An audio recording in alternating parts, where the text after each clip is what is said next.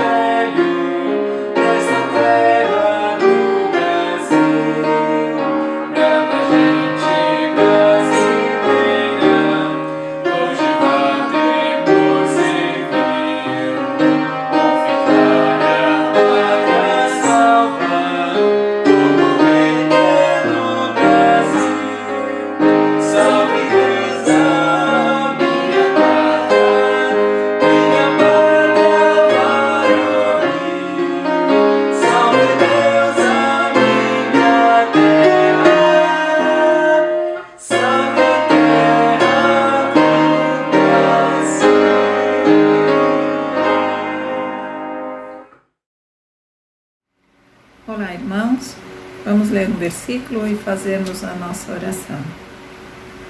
1 Tessalonicenses 5, versículo 17 e 18, diz assim: Orai sem cessar, em tudo dai graças, porque essa é a vontade de Deus em Cristo Jesus para convosco. Vamos orar? Maravilhoso Deus, graças te damos, Senhor, pelo livre acesso que temos, ó Deus, para falarmos contigo.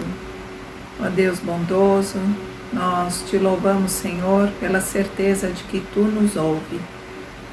Pai amado, entregamos nesse instante em tuas mãos todos os nossos pedidos, aqueles que temos coragem de dizer, aqueles, ó Deus, que está guardado em nossos corações, aqueles pedidos, ó Deus, que são ditos com lágrimas, ó Pai, tudo entregamos em tuas mãos.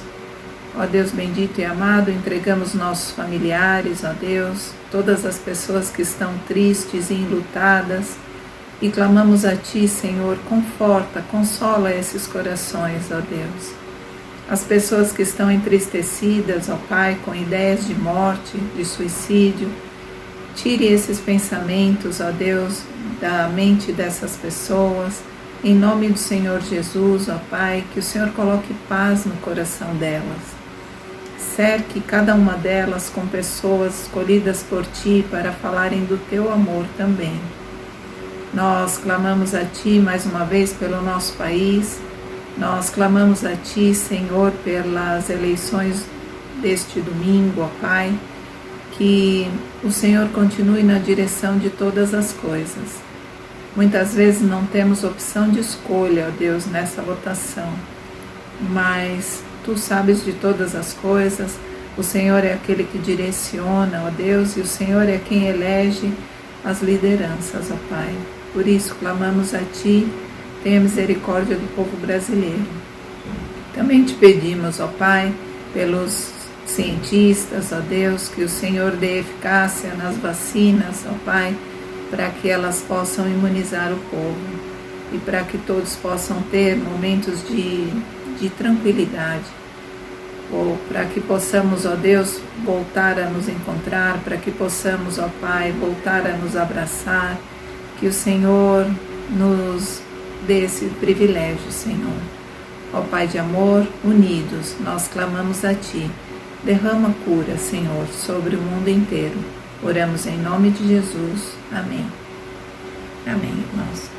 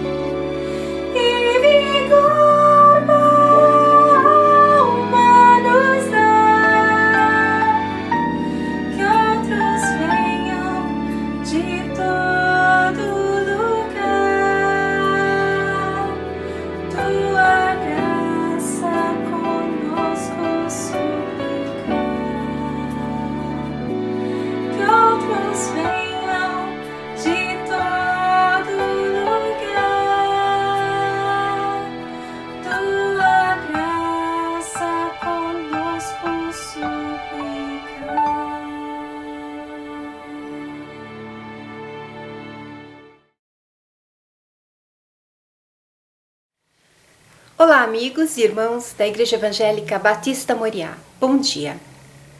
O personagem bíblico que eu trago hoje é o profeta Isaías. Vamos ler Isaías 40, de 1 a 2.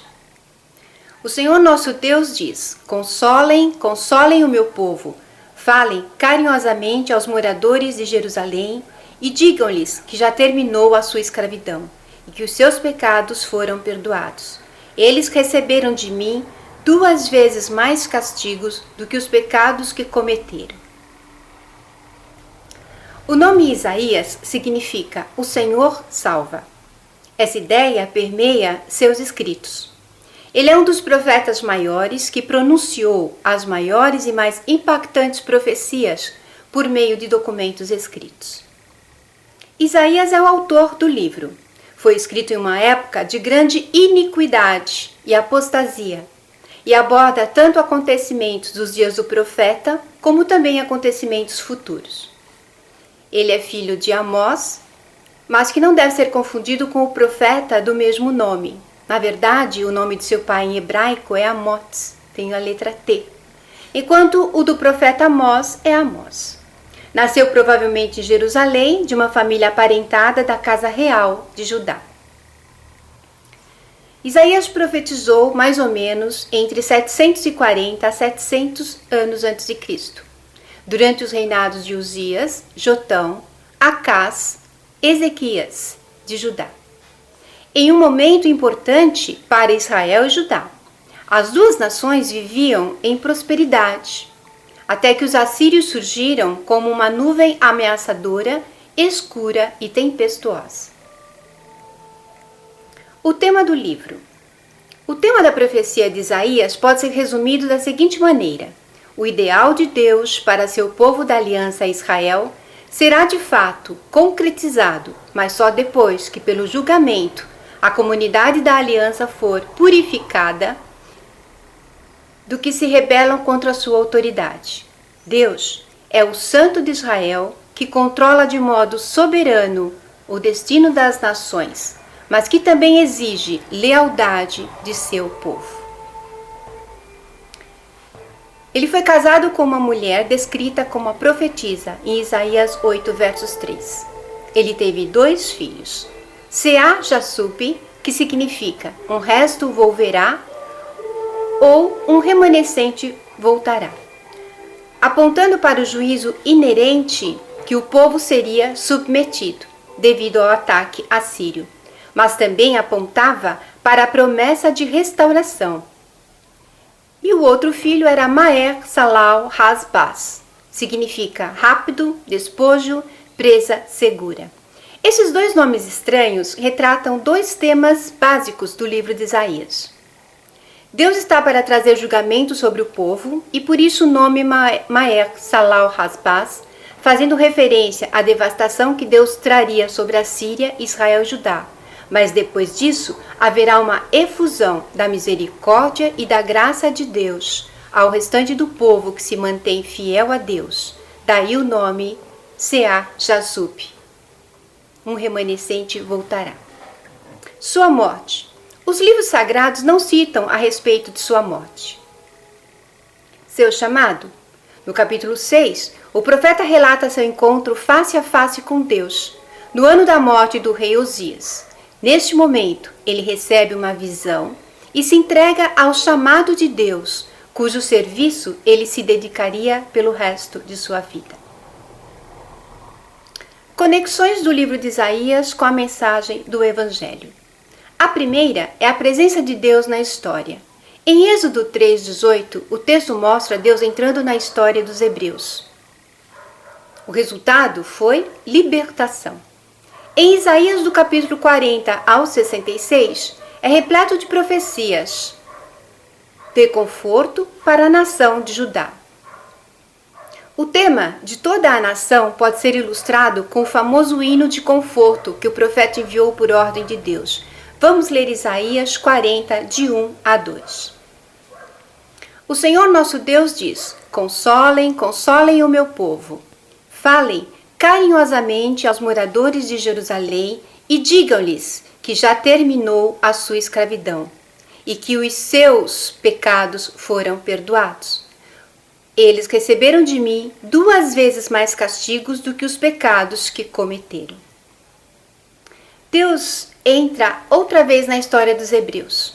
A mensagem de Isaías nessa parte do livro é que após o período de julgamento, o povo da aliança será restaurado ao seu lugar de incumbência no plano de Deus para a salvação do mundo. Em Jesus, Deus entra mais uma vez na história dos homens. Lemos em João 1,14: E o Verbo se fez carne e habitou entre nós, cheio de graça e de verdade, e vimos a sua glória, como a glória do unigênito do Pai. Deus entra na história mais uma vez e o resultado é também libertação. Vamos resumir um pouquinho. Na primeira entrada de Deus na história, Israel surgiu como nação. Na entrada de Deus na história em Jesus, surge a nova nação, a Igreja. E aguardamos agora a última intervenção dele na história, a que marcará seu regresso para estabelecer seu reino.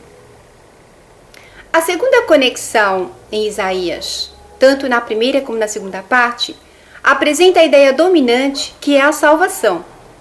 Até o nome do profeta, o Senhor salva, enfatiza esta verdade. Este é o tema predominante do Novo Testamento, a salvação.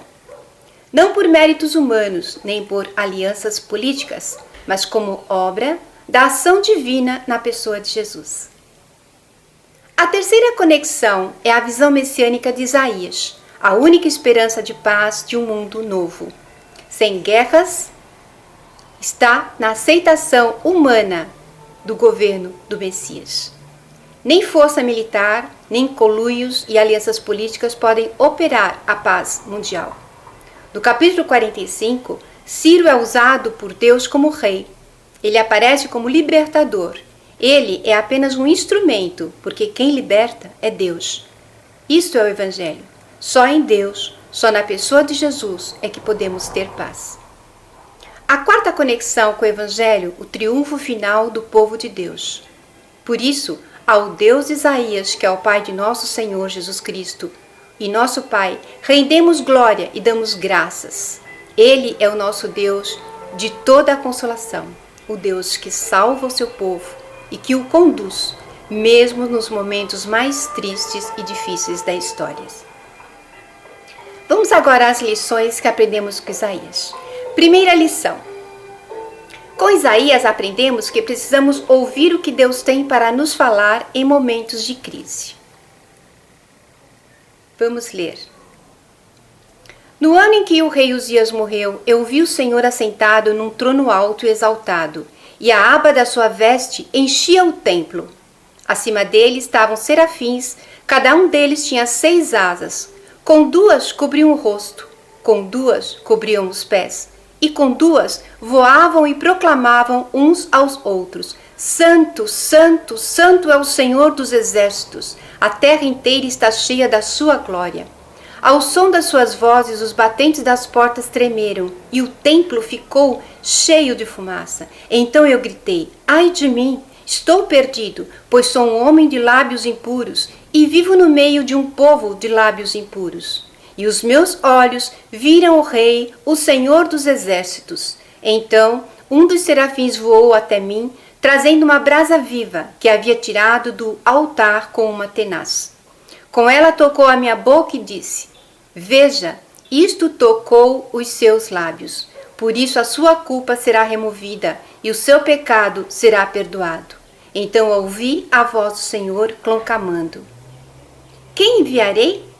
Quem irá por nós? E eu respondi: eis-me aqui, envia-me a mim.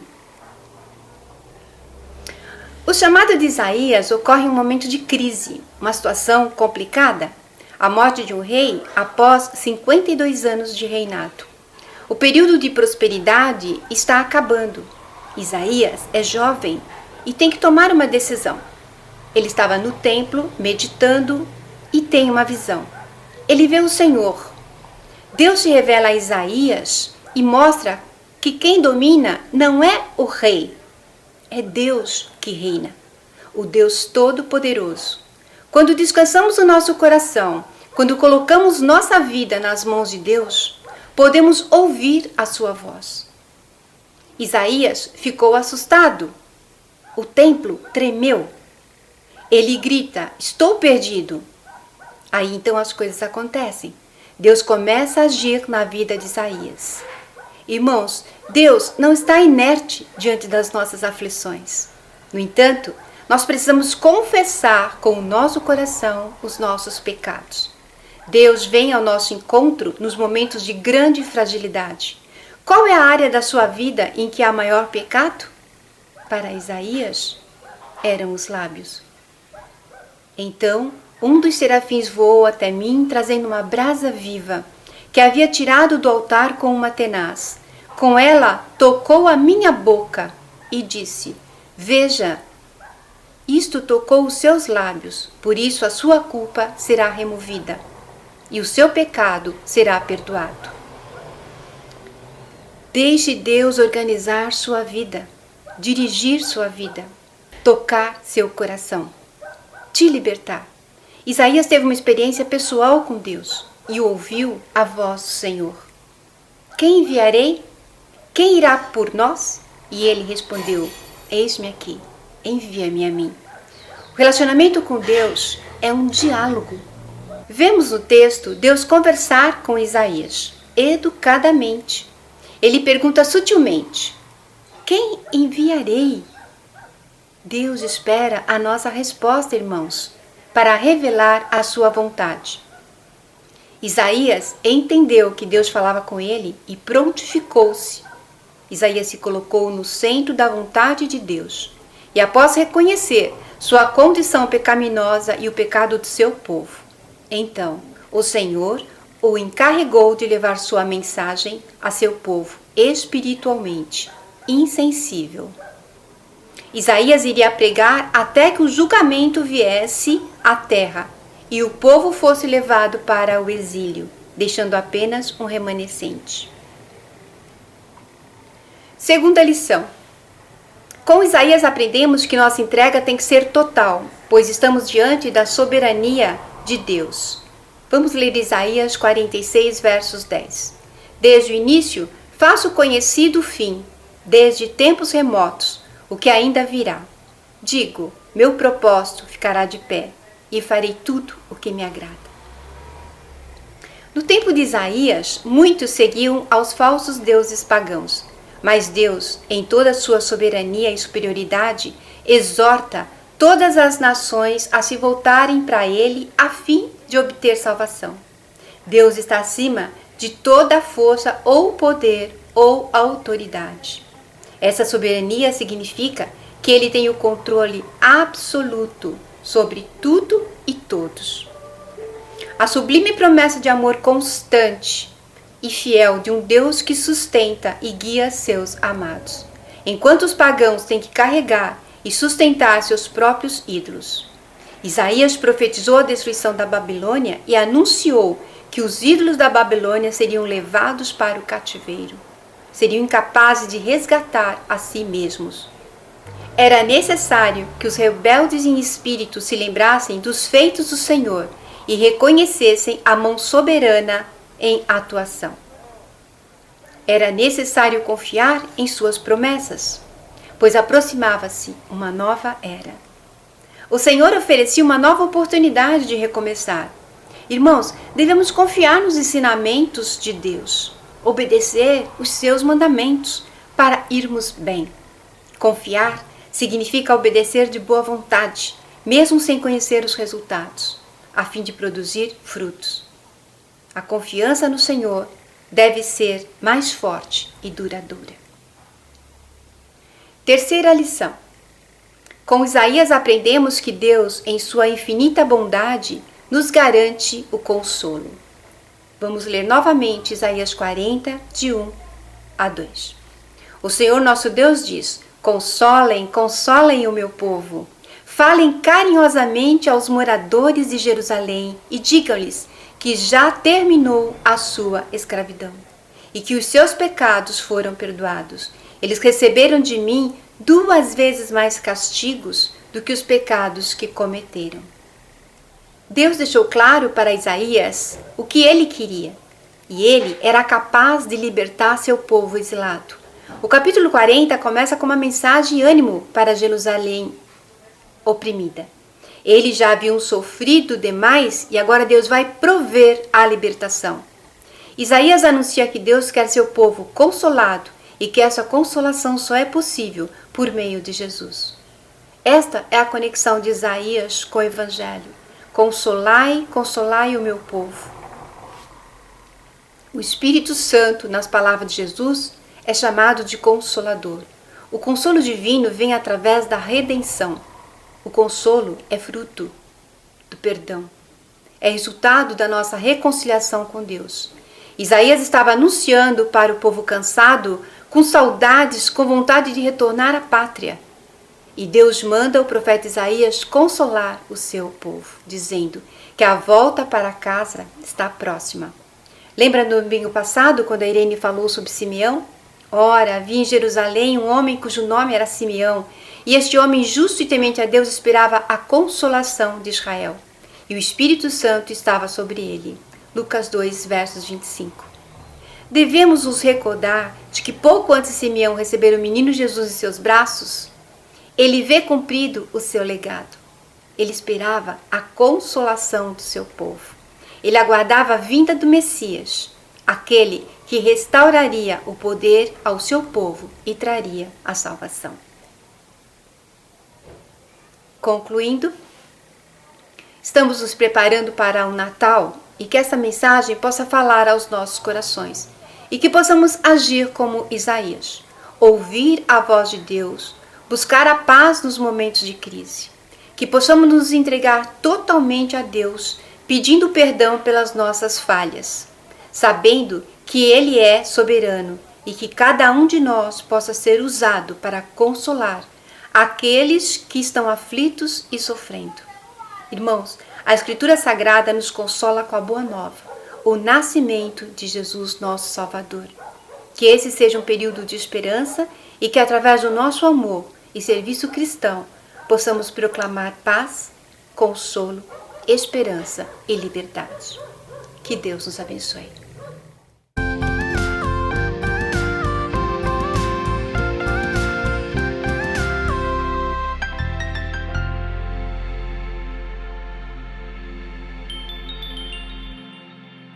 Olá, irmãos, amigos! Hoje eu vim falar sobre o nosso momento de entrega de dízimos e ofertas. Como os irmãos têm conhecimento, os nossos encontros eles estão acontecendo no formato virtual e preservamos todos os momentos do nosso culto, a adoração, a comunhão, a pregação da palavra e também a consagração, que é o momento onde nós entregamos as nossas vidas ao Senhor e também as nossas ofertas, que nada mais são do que a nossa vida transformada em moeda. Então queremos convidar os irmãos a participarem deste momento de entrega de dízimos e ofertas, fazendo com amor, lembrando do que a palavra de Deus diz, que Deus ama aquele que dá com alegria.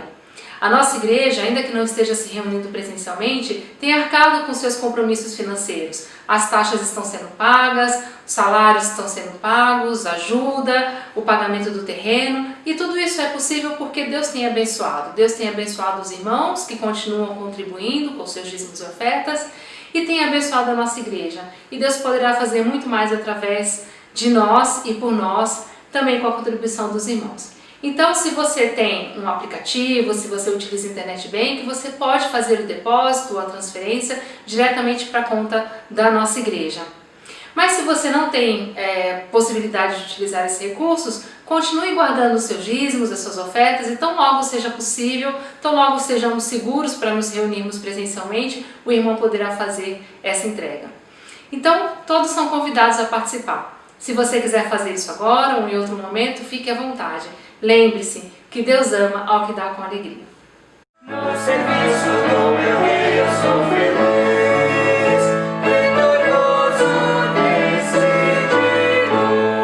Quanto tenho no serviço gastarei, no serviço do meu rei, no serviço do meu rei, minha vida entregarei. Uso paz e felicidade em quem serve ao meu rei.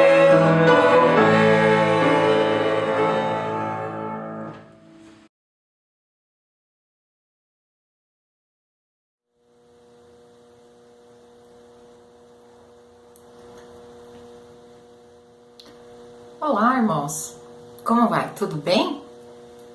Eu tava aqui tomando um cafezinho e sabe do que eu lembrei? Eu lembrei dos nossos lanches logo após o culto. Que delícia, né, irmãos? Aquele lanche maravilhoso, aqueles bolos lindos e gostosos que as irmãs faziam, aquele cafezinho irresistível, sempre no finalzinho do culto. Era muito bom. porque era nesse momento que a gente se reunia e que a gente se abraçava e que a gente podia conversar, e era muito bom, não é mesmo? Aí eu pensei, por que a gente não pode fazer também de novo? E aí, fazer como, se a gente não pode se reunir? Mas a gente pode fazer através, ainda assim, online. E aí eu pensei, poxa, vamos fazer. Quem sabe a gente, vendo uns aos outros, dá aquele ânimo gostoso, porque a gente se sente feliz vendo os irmãos, porque nós estamos morrendo de saudades.